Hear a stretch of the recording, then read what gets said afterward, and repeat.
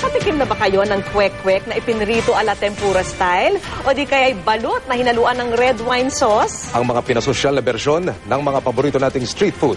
Sulyapan sa report na ito. Mahilig ka ba sa tusok-tusok o di kaya ihaw-ihaw? Abay baka lalo kang mahumaling sa mga street food kung matitikman ang mga bersyon itong pinasosyal.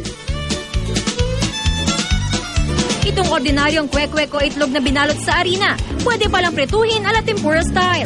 Sa mga ayaw naman sa balut, tikman na itong hinaluan ng red wine sauce. Pride natin to, no? Sa street food, parang sa culture natin yan. Gusto namin talaga ipakita sa buong mundo kung anong ino-offer natin ng mga pagkain dito sa Pilipinas. Ginugurme ngayon, to binibigyan ng halaga ngayon. Parang we're paying tribute to our mga pang Pinoy culture talaga. Perfect for barkada sharing naman ang street-style barbecue platter na may isaw at tenga ng baboy na pwedeng isawsaw sa peanut sauce o cinnamon dip.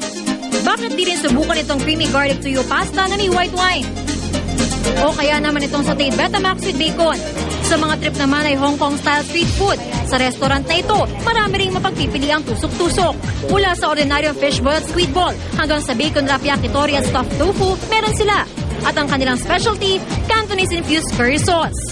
Local products like yung isaw and yung tenga ng baboy. And then we had it fused with Cantonese flavoring, spices, para a new experience for Filipino customers. Yung culture ng Pinoy lumalabas. Ito yung totoong Filipino cuisine because lumalabas yung pagka-inventive ng Pinoy ngayon. Para sa Saksi, Jam si Santay nag-uulat.